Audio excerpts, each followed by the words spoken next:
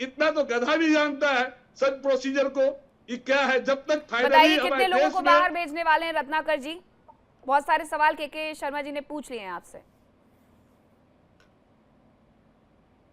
देखिए, ये अपने 5 मिनट के जो चर्चा के दौरान चोर मचाए शोर कम से कम नहीं तो 10 बार बोले ही होंगे। हमें कोई शोर मचाने की जरूरत नहीं है, क्योंकि जनता ने एक बहुत बड़ी जिम्मेदारी दी है और जिम्मेदारी को निभाने की जो है बारी है।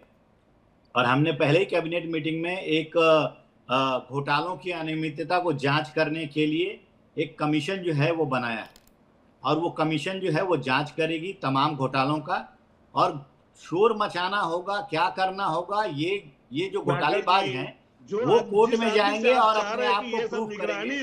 अभी और 10 मिनट बोल लीजिए। के शर्मा जी, मुझे लगता है कि वो आपकी बातों को बहुत अच्छे से उन्होंने सुना है, बीच में आपको नहीं रोका है, तो आप भी जरा सुन लीजिए, फिर उसके बाद दोबारा से बोल लीजिएगा ना। पहले से ही दाग लगा हुआ है, सर्फ एक्सेल से साफ नहीं हुआ है, रिन साबुन से साफ नहीं हुआ है।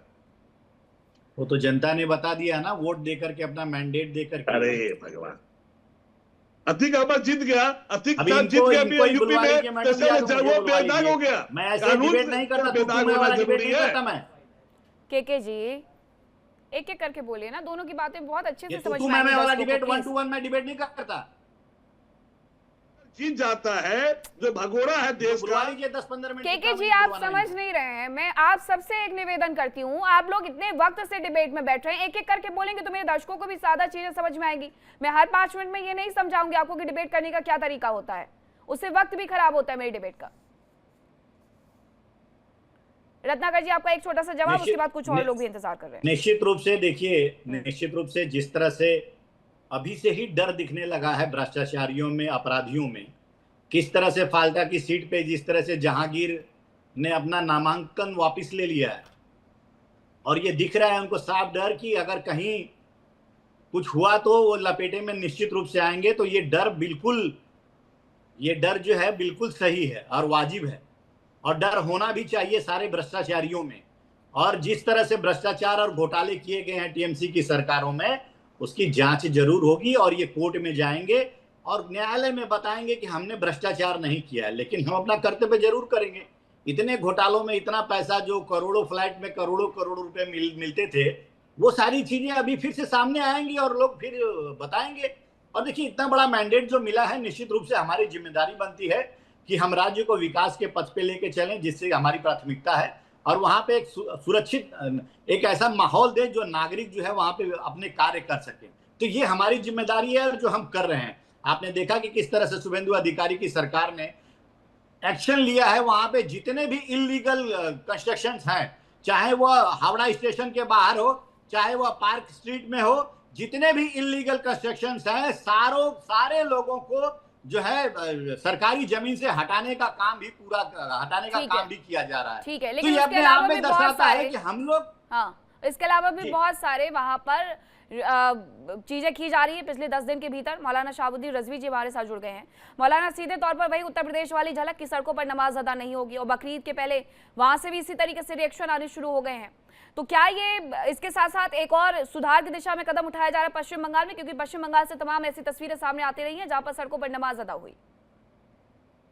देखिए, मुसलमान सड़कों पे नमाज अदा नहीं करता है। साल भर में सिर्फ 1 से 2 बार का मौका ऐसा होता है जिसमें कहीं कहीं इत्तफाक से ये पोजीशन होती है कि वहाँ ईदगाह में या मस्जिद में जगह नहीं है, तो पढ़ लेता है। मगर जैसे इन जनरल तरीके से आम तौर पर कहा जाता है कि मुसलमान रोड पे नमाज पढ़ता है, चौराहे पे नमाज पढ़ता है, ऐसा नहीं है। मुसलमान तो मस्जिदों में नमाज पढ़ता है। हुक्म भी ये है शरीयत का कि नमाज में खुशू खुजू हो, इत्मीनान और सुकून हो। इत्मीनान और सुकून उसी वक्त हासिल हो सकता है जब वो घर में नमाज पढ़े, अपने मकान में नमाज पढ़े, दुकान में नमाज पढ़े, तभी उसको इत्मीनान और सुकून मैसर होगा। रोड पे नमाज पढ़ेगा या चौराहे पे नमाज पढ़ेगा तो इत्मीनान और सुकून उसको नहीं हासिल हो सकता, इसलिए कि वो शोर शराबा, हंगामा, इधर गाड़ी आ रही है, उधर गाड़ी आ रही है, वो शोर है, वो हंगामा है, तो वहां कहाँ इत्मीनान हो, कहाँ सुकून। और शरीयत का ये भी हुक्म है कि जब बंदा नमाज पढ़े तो उसके दरमियान और खुदा के दरमियान कोई चीज हाइल ना हो, और अगर वो रोड पे पड़ता है, चौराहे पे पड़ता है, तो ये कहाँ ये खूबी मिल पाएगी। इसलिए मुसलमान तो मस्जिदों में नमाज पढ़ते हैं। कहीं इत्तफाक से अगर इस तरह की कोई बात है तो एक अलग बात है, वो भी 5 मिनट की बात होती है, इससे ज्यादा कुछ नहीं होता है। तो इसको नमाज का इशू नहीं बनाना चाहिए, इसको इशू बनाना मैं समझता हूँ ज्यादती है। और बात करना चाहिए विकास की, डेवलपमेंट की, लोगों की बुनियादी जरूरतें हैं, उन जरूरतों की बात करना चाहिए।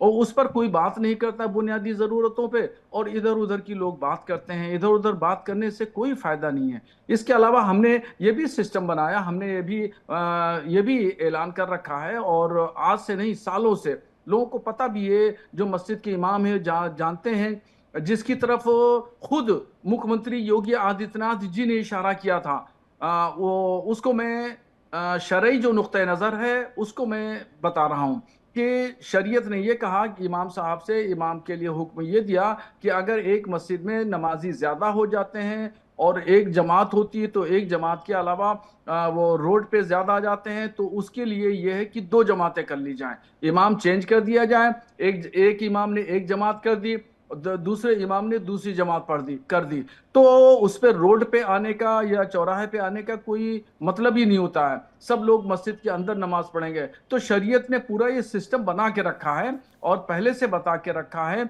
और सारे मस्जिद के इमाम लोग इस पर अमल करते हैं और करवाते भी हैं अमल। इसीलिए कहीं कोई दिक्कत, कोई परेशानी नहीं आती है। और गवर्नमेंट के इंतजामात भी अच्छे होते हैं। ईद है, बकरीद है, मुहर्रम है, त्योहार होते हैं, जितने भी त्योहार हैं, आपने बताया कि किस तरीके से साल भर में 1 या 2 बार ये मौका होता है, बावजूद इसके इस तरीके से अगर फरमान जारी किए जा रहे हैं आचार्य शैलेश तिवारी, तो क्या एक समुदाय विशेष की भावनाओं को ठेस पहुंचाने के लिए किए जा रहे हैं, या फिर कानून व्यवस्था को सुचारू रूप से चलाने के लिए? मीनाक्षी जी, देखिए, कानून व्यवस्था सुचारू रूप से चले, यह पूरा देश के लोग चाहते हैं। मैं यह मानता हूं कि आज जिस तरह से योगी आदित्यनाथ जी का मॉडल है, पूरे देश के जहां जहां बीजेपी की सरकार है वहां वह यह मॉडल चालू होना चाहिए। रोड पर आप नमाज नहीं पढ़ें, आप घर में पढ़ें, आप मस्जिद के अंदर पढ़ें। अगर छोटी मस्जिद है तो बड़ी मस्जिद बना लें, लेकिन अव्यवस्था ना क्रिएट करें। रोड पर जब आप नमाज पढ़ते हैं तो 2 बातें होती हैं, एक तो अव्यवस्था क्रिएट करते हैं, दूसरा लोगों के अंदर आप दिखाना चाहते हैं कि हमारी एकता है, इससे भय खाइए, यह महसूस करते हैं लोग। और अव्यवस्थाएं तो होती ही है। अगर आपको नमाज पढ़ना है तो आप मस्जिद में ही पढ़ें, और किसी मतलब मुस्लिम समाज को कोई टारगेट करके यह काम नहीं किया जा रहा है।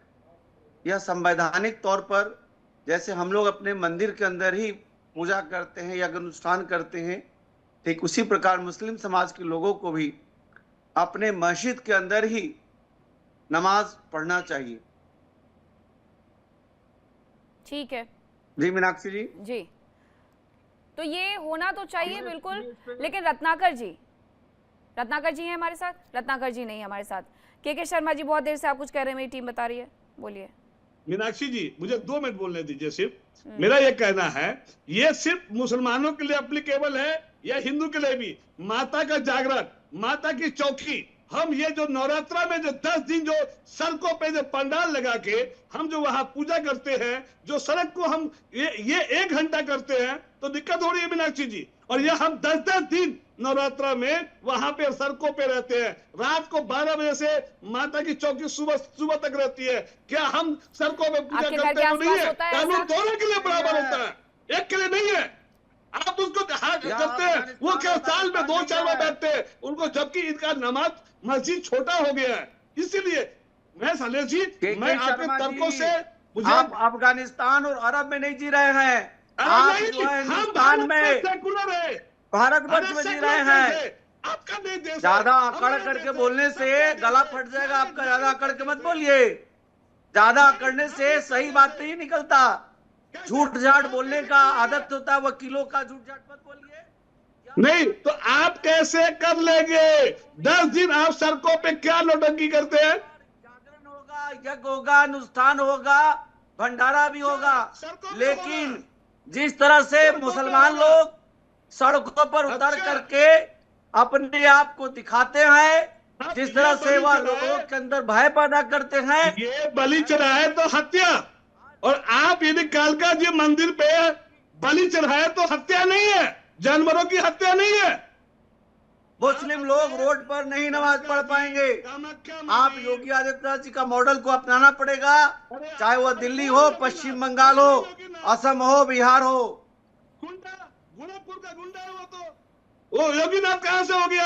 हम नहीं, तो आपके गुलाम लिए होंगे देश ना, कानून लेकिन से मुख्यमंत्री चलता है। हैं, उत्तर प्रदेश के चुने हुए मुख्यमंत्री हैं, आप किसी के लिए भी कुछ भी कहने के लिए पूरे तरीके से फ्री हैं। आप पीएम के लिए कुछ भी कहिए, आप सीएम के लिए भी कुछ भी कहिए। आपको नवरात्रे नौटंकी लगते हैं, आपको लगते होंगे। जरा मुझे ये बताइए कि आपके आसपास जब नवरात्रे की पूजा होती है तो उसके लिए कोई परमिशन ली जाती है या नहीं ली जाती है? क्योंकि मैं जो सोसाइटी में रहती हूँ वहां तो बिना परमिशन के कभी कोई कार्यक्रम हो ही नहीं सकता है। अगर आपको नवरात्रे का कीर्तन भजन करना है तो भी आपको परमिशन की आवश्यकता है। आप कहाँ रहते हैं और कैसे वकील हैं जो वहां पर जाकर के सवाल नहीं खड़े करते हैं? अब जो 2 मिनट चुप रहेगा। हाँ। संविधान देश कानून से चलता है, संविधान से बड़ा कोई नहीं है। ठीक है। जो कानून आपके लिए है वो उनके लिए है। ये क्या बोले, ये भारत देश है, हिंदुओं का देश है, मतलब इनके लिए कानून नहीं है। भारत धर्म गुरु जी के लिए कोई कानून नहीं है। एनआरसी की जरूरत है। जिस तरह से भारत में रोहिंग्या और बांग्लादेशी घुस करके जिस तरह से कत्लेआम कर रहे हैं और हमारे सनातनियों को जिस तरह परेशान कर रहे हैं, आज बांग्लादेश के लोग भी डर रहे हैं। आज बंगाल में जिस तरह से सनातनियों ने अपने जागरूकता दिखाया, अपनी ताकत को दिखाया, अपने वोट की ताकत को दिखाया है, आने वाले समय में बांग्लादेश भी 2 भाग में बटेगा, ध्यान रखना आप। 2014 से पहले बंगाल में मुसलमान शैलेश जी, आचार्य जी, 2014 से पहले देश जो है, सनातनी जो है खतरे में थे। सनातनी दर के भाग रहे थे, सनातनी पे गोली चल रही थी, ठाए ठाए। और 2014 के अरे भाई, 2014 से पहले मनमोहन सिंह की सरकार क्या थी? क्रिश्चियनिटी को बढ़ावा मिल रहा था, मुसलमानों को बढ़ावा मिल रहा था। अच्छा, और आपके आने से जो है, आप 4 बच्चा पैदा कर रहे हैं, हिंदू की संख्या बढ़ा रहे हैं। कितने बच्चे से लेकर के 2000 ईस्वी तक आप देख लो, जितना भारत में हिंदुओं का कन्वर्जन हुआ, जितना क्रिश्चियनिटी का भारत में बोलबाला हुआ, कभी नहीं हुआ। कांग्रेस सरकार ने ज्यादा से ज्यादा क्रिश्चियनिटी को लाया इस देश में, और इसके बाद 70 साल जी लिए, 70 साल सरकार चला ली। अच्छा, 2014 के बाद आप भी के शर्मा जी, आपकी जबान बड़ी खराब है। 2014 के बाद आपको नवरात्रि नौटंकी लगने लगी, प्रधानमंत्री और मुख्यमंत्री को गाली देने का लाइसेंस आपको मिल गया। यह आपका संविधान है जो कि आप एडवोकेट होते हुए लिख रहे हैं, बहुत अच्छा लिख रहे हैं। नीरज राय जी, ये सड़कों पर नमाज, मस्जिदों में जाकर के नमाज अदा करो, इसमें नियम में आखिरकार बुराई क्या है? ये अगर बहुत सारी जगह से तस्वीरें सामने आती हैं कि जबरन ऐसा किया जाता है कि आप मस्जिदों में खाली जगह होने के बावजूद बाहर बैठ करके नमाज पढ़ते हैं। ठीक है, सबका सम्मान होना चाहिए, लेकिन सम्मान तो कानून व्यवस्था का भी होना चाहिए ना। देखिए, कानून व्यवस्था का होना चाहिए मीनाक्षी जी, और भारत हमारा हर धर्म का पालन करने वाला और बढ़िया से मानने वाला देश रहा है, ऐसा भी नहीं है। लेकिन जो ये देखा जा रहा है कि मस्जिदें खाली रहती हैं, मस्जिदों में अंदर नमाज नहीं होता, किसी का शौक नहीं होता है। कोई भी धर्म का मानने वाला हो, उसका शौक नहीं है कि बाहर निकल कर उस चीज को करे, अपना आस्था दिखाता है। लेकिन अभी बात चल रही थी यहाँ पर हिंदू मुसलमान की, तो भारतीय जनता पार्टी की उत्पत्ति ही मुस्लिम को लेकर हुई है। लेकिन मैं एक डाटा देना चाह रहा हूं कि आजाद भारत की इकलौती सरकार है मोदी जी की सरकार, जो कि मुस्लिम तुष्टीकरण सबसे ज्यादा करी है। डाटा के साथ देख लीजिए, 2014 से 19 तक देश में सबसे ज्यादा मुस्लिम लड़कों को स्कॉलरशिप देने वाली भाजपा की सरकार मोदी जी की। उसके बाद नीरज राय जी, बहुत दिक्कत आ रही है आपके इंटरनेट में, कहीं सही जगह पर बैठिए। रत्नाकर जी, नवरात्रि सड़कों पर हो सकती है, कीर्तन सड़कों पर हो सकते हैं, लेकिन नमाज सड़कों पर नहीं हो सकते हैं। आप लोग ऐसा दोहरा रवैया क्यों रखते हैं, अकॉर्डिंग टू के शर्मा जी? मीनाक्षी जी, मेरी आवाज मिल रही है आपको? जी, मेरी आवाज मिल रही है? जी जी जी जी, देखिए, के शर्मा जी को थोड़ा सा ये मुझे लग रहा है कि एडवोकेट हैं और इनको ज्ञान की थोड़ी कमी है, या तो फिर ये राजनीतिक जो हलचल होती है, राजनीतिक जो अनाउंसमेंट्स होते हैं, उसको ध्यान से पढ़ते और सुनते नहीं, सिर्फ टीवी पे आके आधे कचरा जो ज्ञान ये यहाँ पे देने का काम करते। अभी टीएमसी की सरकार जो गई है, उसके बाद हमारी सरकार जब आई है, तो वो किसी धर्म या जाति को देख करके हम कार्रवाई नहीं कर रहे हैं। हमने स्पष्ट रूप से ये कहा है कि धार्मिक कार्यक्रम जो है वो अब सड़कों पे नहीं होंगे। धार्मिक कार्यक्रम मतलब सारे हिंदुओं के लिए भी कहा गया है और मुसलमानों के लिए भी कहा गया है। ये भी उनको याद रखना चाहिए के शर्मा जी को अभी, कि यहाँ पे कहा गया है कि लाउड स्पीकर एक मिनिमम डेसिमल पे चलना चाहिए। वो मंदिरों के लिए भी कहा गया है, वो मस्जिदों के लिए भी कहा गया है। तो इनको पहले ज्ञान ये होना चाहिए कि सरकार जो फरमान लेकर आती है वो फरमान किस तरह का फरमान है। वो ये आधे ज्ञान से ये यहाँ पे बोल रहे थे। और देखिए ये कह रहे थे कि दुर्गा पूजा जो है वो नौटंकी है। एक हिंदू को मुस्लिम हो गया जो माँ दुर्गा में आस्था रखता है वो कैसे कह सकता अरे आस्था रखता है तो आप बलि देते हैं तो गलत नहीं है। अपने बच्चे के लंबे उम्र के लिए बलि देते हैं तो सही है। मैडम इनको ये डिबेट में आते हैं ना तो मुझे मत बुलाया, समझ ही नहीं रहे मैं क्या करूं। ठीक है, इनको कुछ आता जाता है नहीं, इनको कुछ ज्ञान है नहीं। एक टॉपिक छोड़ करके ये तो आप बोलते दूसरे रहते टॉपिक हैं। पर चले जाते हैं। एक टॉपिक पर तो रहिए के शर्मा जी, एक एक करके सवाल होते हैं ना, और एक एक करके फिर जवाब लिए जाते हैं। के शर्मा जी को यह पता नहीं है, शायद ये वकील है, कि कोई भी दुर्गा पूजा में जब पंडाल लगाया जाता है तो बाकायदे एक प्रक्रिया होती है और उस प्रक्रिया से जो है गुजरना पड़ता है, तब उसको परमिशन मिलती है और परमिशन लेके उनको एक जो डायग्राम जो होता है उसके हिसाब से उनको पंडाल लगाना होता है।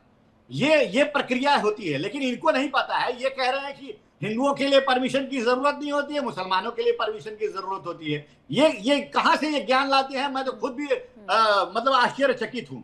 दूसरा बात मैं कहना चाहूंगा, मैं रिजवी जी की बातों पे आना चाहूंगा। रिजवी जी बहुत गंभीर व्यक्ति हैं और अन्य चैनलों पे भी मैं इनके साथ डिबेट कर चुका हूं। देखिए इन्होंने कही जो बात वो बिल्कुल सही बात कही है। देखिए इनके धर्म में भी है कि अगर आप नमाज करते हैं तो आप मस्जिदों में करिए, घरों में करिए, ज्यादा सुकून होगा। अल्लाह को इबादत करेंगे तो उसमें ज्यादा आप कनेक्ट हो सकते हैं उसमें। लेकिन मैं ये रजवी से ये इल्तिजा करूंगा कि आप चैनल पे बैठ करके आप ये भी कहिए सारे मुसलमानों को कि सड़कों पे नमाज आज के बाद जो है वो बंद कर दें। अगर आप इसकी हिमाकत करते हैं कि हिमायती हैं इस चीज के कि मस्जिदों में नमाज होना चाहिए, तो आपको इस चीज की भी हिमायती करना चाहिए कि सड़कों पे नमाज बंद कर दें।